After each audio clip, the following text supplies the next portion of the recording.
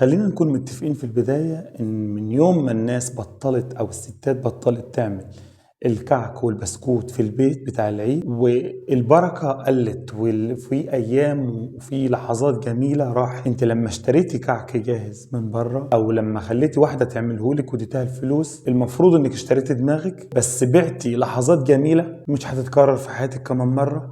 بعتي دفى، بعتي جو جميل احنا نفسنا عايشين عليه لحد النهارده. جربي، تعالي على نفسك، تعالي قومي هاتي طلباتك واعملي حاجتك بنفسك بدل ما حد يضحك عليك. ده اولا، واسعار غاليه ومبالغ فيها ثانيا.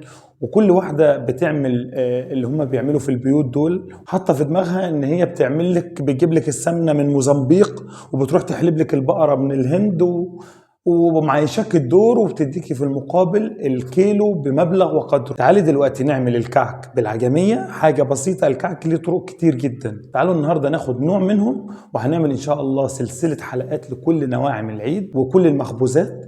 هنعملها واحدة واحدة بطريقة سهلة جدا وبمقادير سهلة جدا. تعالوا النهاردة نعمل الكعك بالعجمية، الكعك على البارد بكل بساطة. أول حاجة هنعملها معانا هي العجمية. هنجيب طاسة وهنحط فيها 3 معالق سمنه. ادي 3 معالق سمنه معانا هم، ونسيحهم كويس قوي.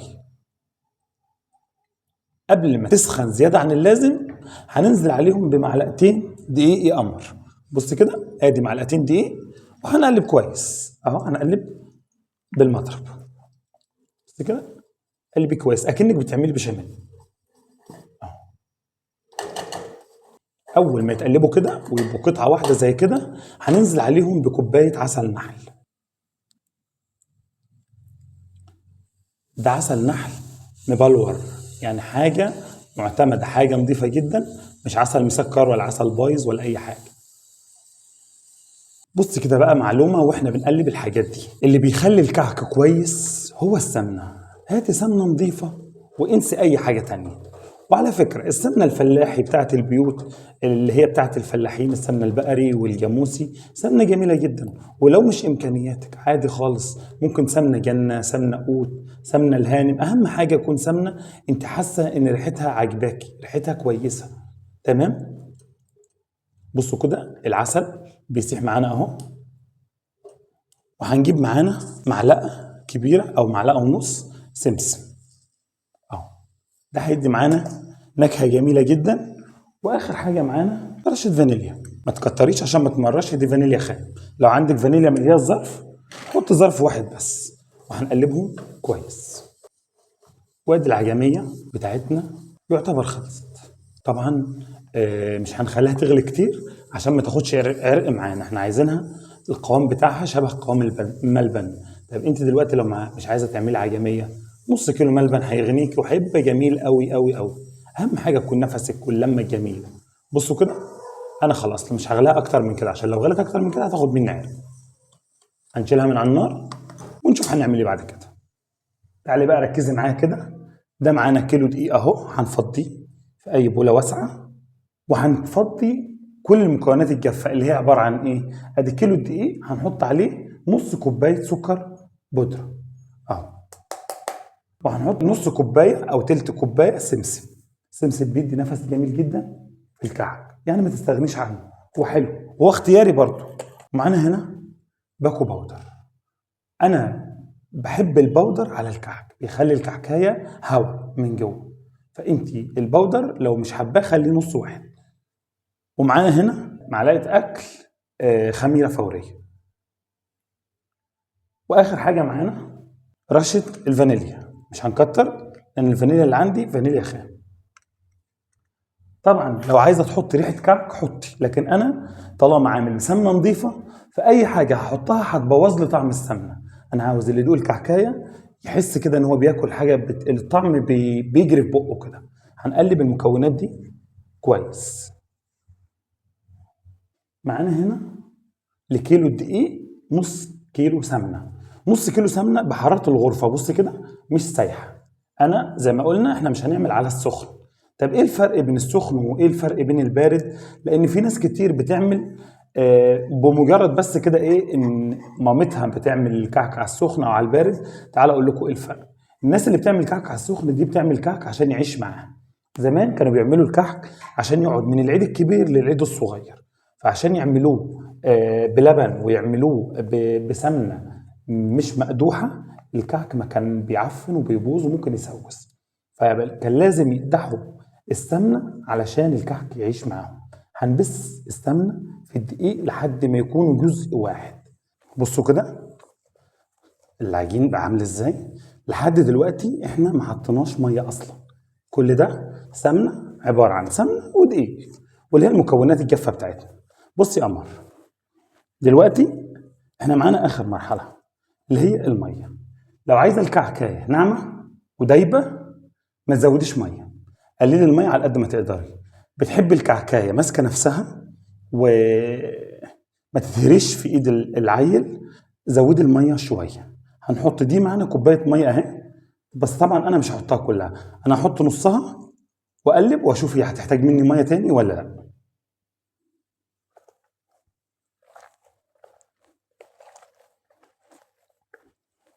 بص كده بقى نصيحه، معلومه كده وانا شغال، واحنا بنحط السمنه بنقلب السمنه في الدقيق، قلب براحتك راحتك زي ما انت عايز. ان حطيت الميه ما تقلبيش كتير، لان كل ما هتقلبي العجين هياخد معاك عرق، واحنا مش عاوزين نديله عرق. بص كده العجين بتاعي انا متاكد ان هو لسه عايز شويه ميه. بص كده مفرول ازاي، كده لسه عاوز مني شويه ميه. هنحط من الكوبايه، هو المفروض ان هي بتاخد الكوبايه معانا كامله، بس هنحطها واحده واحده عشان العجين يفضل مظبوط معانا. لسه معايا ربع الكوبايه اهو.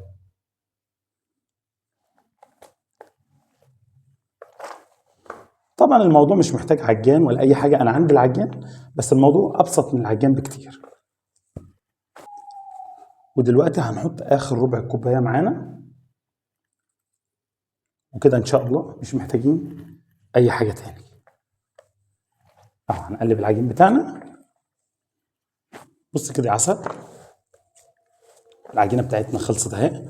بصوا عشان تعرف ان العجينه بتاعتك اتظبطت، بص كده لايدي، ايدي نظيفه اهي. وبصوا حتى الطبق اللي انا كنت بعجن فيه ما فيهوش اي حاجه. هتاخدي حته عجين تروح مقطعاها مكوراها، هتلاقيها ما فرولتش معاكي اهو، تك عليها ما عملتش كراميش من الجناب.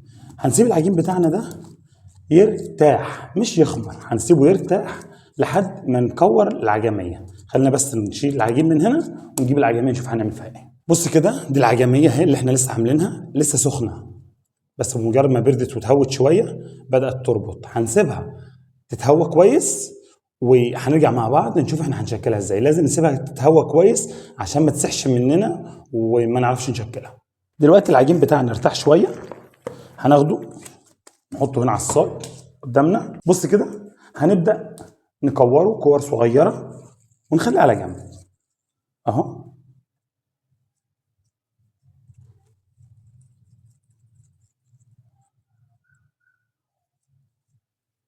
هنعمل الكميه دي كلها كور ونرجع بقى نشوف احنا هنحشيها ازاي. شايفين كده ده شكل الكعك بتاعنا كله بعد ما كورناه. بصوا كده ما شاء الله، الكيلو الواحد مطلع معاه تقريبا حوالي 120 قطعه، او ممكن يزيد سنه صغيره، يعني ممكن من 120 ل 130 قطعه لكن ما يقلوش. فتخيلوا الفرق بين اللي انتوا بتعملوه واللي انتوا بتشتروه. دلوقتي احنا كورنا الكعك بتاعنا، بصوا كده انا كورتها، انا مش عاوزها تخمر. لحد دلوقتي الكعكه بتاعتي ما خمرتش، انا مش عايزها تخمر اصلا. دلوقتي بقى العجميه بتاعتي بردت اهي، هناخد حته منها صغيره ماشي وهنعملها زي كده. هنعمل العجميه اللي عندي كلها، هحاول بقدر الامكان ان انا اطلع على قد الكميه دي، يعني اصغر الحته او اخليها مظبوطه بحيث ان الكعك بتاعنا كله يبقى في عجميه. ما كانش عادي هعمل جزء ساده وجزء محشي، هعمل العجميه كور كده وهرجع لكم سوي. انا دلوقتي خلصت عملت العجميه اللي عندي والكعك اللي عندي. بصوا بقى بنحشيها ازاي. بصوا العجميه بتاعتي، الجوانت ده انا شغال بيه من اول الفيديو، مفيش حاجه لازقه على ايدي، لا كحك ولا عجين كحك ولا من العجميه. هنجيب حته من الكحك وهنفتحها من جوه كده فتحه على قد ايه ما نقدر، وهروح جايبين حته العجميه بتاعتنا وهنقفل عليها كويس علشان ما يوقعش عندنا في الصينيه بتاعتنا وهو بتسوي. وبصوا هنقفلها كويس خالص اهو كده. خلاص هنجيب الصينيه بتاعتنا وهنحط فيها العجين القطعه بتاعتنا. نعمل واحده كمان اهو اهو اهو كده. حطي قطعه الملبن وتقفل عليها كويس. اهم حاجه تقفلي كويس عشان ما يسيلش في النار، وتقفلي دي كده كويس خالص عشان ما يكونش الملبن بتاعنا او العجميه بتاعتنا ظاهره خالص. هنخلص الكميه بتاعتنا كلها ونحطها في الصواني بتاعتنا ونرجع مع بعض. شايفين الكعك بتاعنا؟ بصوا كده، ده اللي محشي، ده كده وده ماشي، دول كده اتحشوا، ودي كده فضلت ما فضلهاش حشو برضو جميله. شايفين الكميه عامله قد ايه؟ حاجه جميله ما شاء الله. جربي وصدقيني انت هتدعي لي. بص كده، اخر لمسه معانا دلوقتي، فاضل معانا التسويه. اخر لمسه معانا التشكيل. تقدري تشكلي باي طريقه انت عايزاها. ممكن تعملي بشوكه لو ما عندكيش منقاش. تقدري لو عندك المناقيش اللي هي بتاع زمان دي، تقدري تنقشي بيها وهتطلع شكلها جميل جدا، وهتخلي ولادك يعملوا معاكي وهيبقى جو جميل قوي. لو ما عندكيش في بصامه زي دي كده بتتباع، بصوا كده اهو، بصوا كده اهو.